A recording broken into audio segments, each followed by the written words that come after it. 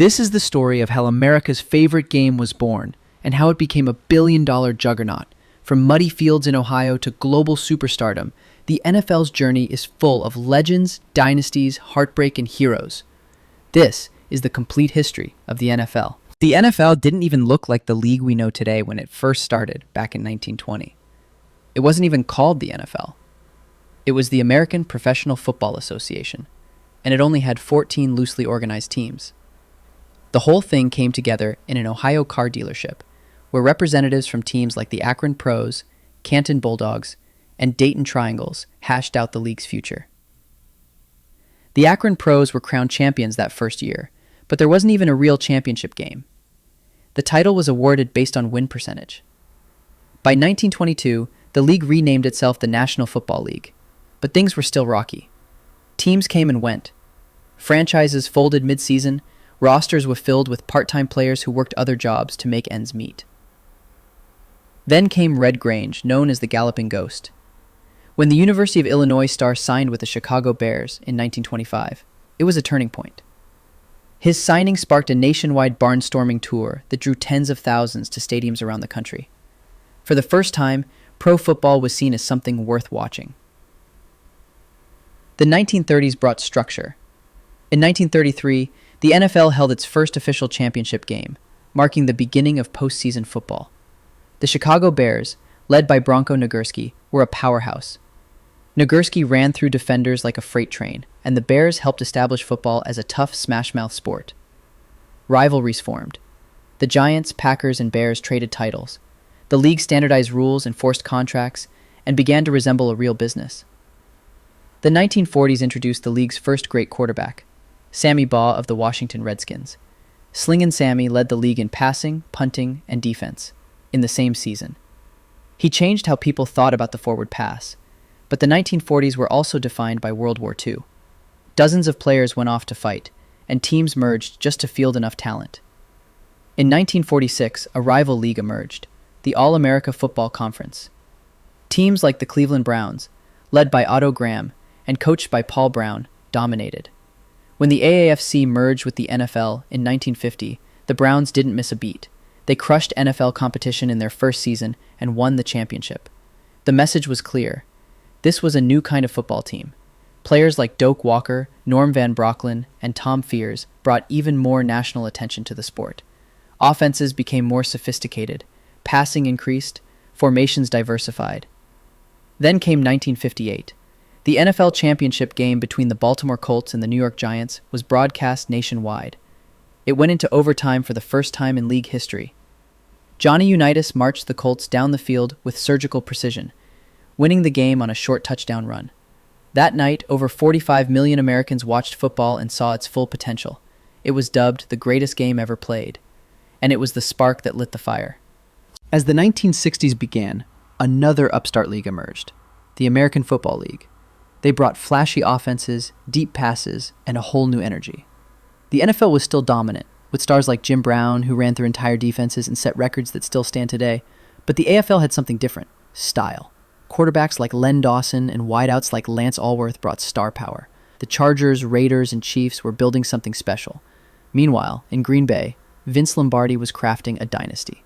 He brought a culture of discipline and toughness to the Packers, and quarterback Bart Starr ran the offense to perfection. From 1961 to 1967, the Packers won 5 championships in 7 years, including the first 2 Super Bowls. The AFL-NFL merger was announced in 1966. They would continue as separate conferences, but the champions of each league would meet in a new title game, the Super Bowl. Super Bowl I was a Packers win. So was Super Bowl II. But everything changed in Super Bowl III, when Joe Namath guaranteed a Jets victory over the heavily favored Colts. And then he delivered. The AFL had arrived. By 1970, the merger was complete. The NFL became one league with 2 conferences, AFC and NFC.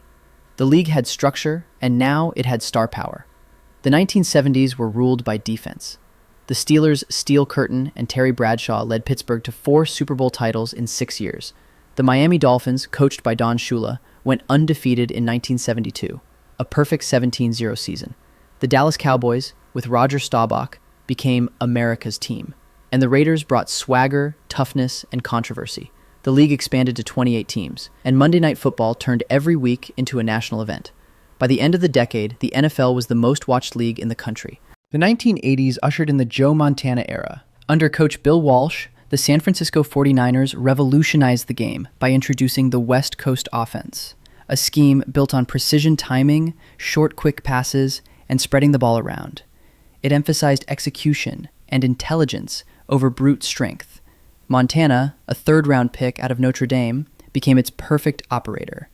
Calm, cool, and impossibly clutch, Montana led the 49ers to 4 Super Bowl victories, cementing their place as the team of the decade. The 49ers' success didn't just add trophies, it changed how offenses were designed across the entire league. In 1985, the Chicago Bears assembled one of the greatest defenses of all time.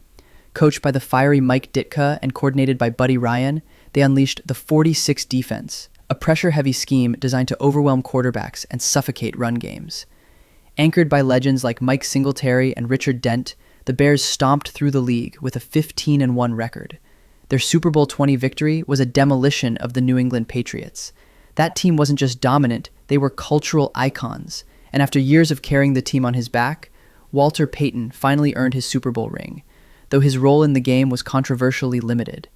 Quarterback Dan Marino of the Miami Dolphins exploded for over 5,000 yards and 48 touchdown passes in 1984, a feat unheard of in that era. While Marino never won a Super Bowl, his quick release, deep ball accuracy, and sheer arm talent changed the blueprint for the modern quarterback. At the same time, Lawrence Taylor was revolutionizing the defensive side of the ball.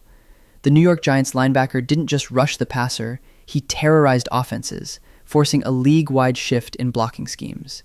Teams began designing entire protections just to contain him, as he redefined what it meant to play defense. In Denver, John Elway made multiple Super Bowl appearances during the 80s, often carrying flawed rosters on his back with heroic late-game drives. Yet he couldn't capture that elusive ring, not yet. He became a symbol of greatness in defeat, a quarterback with unmatched physical gifts and willpower who just needed the right pieces around him. The 1990s began with a dynasty, the Dallas Cowboys. With Jimmy Johnson at the helm and a core built through aggressive drafting and trades, they assembled the iconic trio: Troy Aikman at quarterback, Emmitt Smith at running back, and Michael Irvin at wide receiver. Together, they won 3 Super Bowls in 4 years, dominating with a bruising offensive line, balanced attack, and swarming defense. Their run defined an era of excellence and spectacle. The Buffalo Bills, led by quarterback Jim Kelly and head coach Marv Levy, made history with 4 straight Super Bowl appearances from 1990 to 1993, a feat no team has matched. Though they lost each one, the Bills became legends for their resilience, unity, and revolutionary no-huddle offense, which wore down defenses and sped up the game. Players like Thurman Thomas, Bruce Smith, and Andre Reed became icons of a team that never quit. In Green Bay, Brett Favre emerged as the ultimate Iron Man. Gritty, fearless, and with a cannon for an arm. After years of irrelevance, the Packers returned to prominence under head coach Mike Holmgren and general manager Ron Wolf. Favre won 3 MVPs and a Super Bowl in 1996, reigniting the Lambeau Field mystique and becoming a legend for his toughness and passion. Eventually, Elway's perseverance paid off. With a revamped roster featuring running back Terrell Davis and a more balanced attack, the Denver Broncos won back-to-back titles in 1997 and 1998. Elway finally silenced critics and walked off into retirement, a champion. His legacy forever changed. The 2000s introduced a new dynasty, the New England Patriots. Under the meticulous leadership of head coach Bill Belichick and the unassuming brilliance of 6th-round pick Tom Brady, the Patriots won 3 Super Bowls in 4 years. Their success was built on preparation, adaptability, and a relentless attention to detail. They thrived in the clutch and won games through defense, special teams, and smart play, not just star power. Meanwhile, Peyton Manning redefined the quarterback position in Indianapolis. A field general unlike any before him, Manning called audibles, diagnosed defenses, and ran the offense with surgical precision.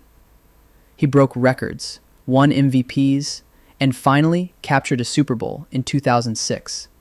solidifying his place among the all-time greats. The Pittsburgh Steelers returned to their hard-nosed roots, winning Super Bowl 40 and 43 with a roster filled with defensive stars like Troy Polamalu and James Harrison, and a young quarterback in Ben Roethlisberger, who played with poise beyond his years. Jerome Bettis, the beloved running back known as the Bus, capped off his career with a ring in his hometown of Pittsburgh. Then came 2007. The New England Patriots entered Super Bowl 42 with an 18-0 record, aiming to become the first 19-0 team in NFL history. But the New York Giants, led by Eli Manning and a ferocious defensive front, had other plans. David Tyree's improbable helmet catch helped the Giants pull off one of the greatest upsets in sports history, ending the Patriots' perfect season in dramatic fashion. The 2010s were all about quarterbacks. Drew Brees led the Saints to their first Super Bowl in 2010, giving hope to a city still healing from Hurricane Katrina. Aaron Rodgers delivered the Packers another title, flashing unmatched arm talent and mobility. Cam Newton stormed onto the scene, winning MVP and taking the Panthers to the Super Bowl. In Seattle, the Legion of Boom and Russell Wilson captured a championship and came inches from another. Peyton Manning, now in Denver, had a 55-touchdown season and finished his career with a second ring. And the Patriots? They weren't done. They won 3 more titles, including the historic 28-3 comeback against Atlanta in Super Bowl 51. The decade saw heartbreak, Minneapolis Miracle, double doinks, and missed calls. And it saw change, new rules, player activism, and tough conversations about safety and identity. But the drama never slowed down. Then came Patrick Mahomes, 50 touchdowns, MVP, Super Bowl win, all in his first 2 years as a starter. With insane arm angles, mobility, and confidence, Mahomes redefined the position. Josh Allen brought power and precision to Buffalo. Joe Burrow made Cincinnati dangerous. Lamar Jackson ran wild and became the youngest MVP ever. Even as Tom Brady left New England, he won a 7th Super Bowl in Tampa Bay at age 43, defeating Mahomes along the way. In the COVID year of 2020, the league adapted. No fans, daily testing, empty stadiums, but football never stopped. Offenses exploded. Justin Jefferson, Jamar Chase, and Tyreek Hill changed what we expect from wide receivers. TJ Watt, Micah Parsons, and Myles Garrett wreaked havoc on defense. The Rams went all in and won in 2021. The Eagles returned in 2022 behind Jalen Hurts. And Mahomes kept climbing, winning another MVP and another ring. Analytics changed coaching. 4th down gambles became normal. Young coaches like Sean McVay, Kyle Shanahan, and Mike McDaniel brought creativity. The game evolved again. Now, the NFL is wide open. Young quarterbacks like Caleb Williams, C.J. Stroud, and Jaden Daniels are the next wave. The Lions are contenders. The Texans are surging. Even the Browns and Jaguars have identities. Wide receivers are more valuable than ever, with contracts that rival QBS. The international stage is growing. Games in London, Germany, and maybe Spain or Australia soon.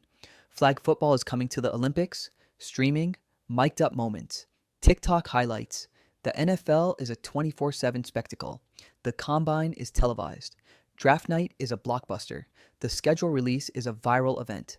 But one thing hasn't changed. Sundays still belong to the NFL. From leather helmets to billion-dollar stadiums. From Red Grange to Patrick Mahomes. This league is still just getting started.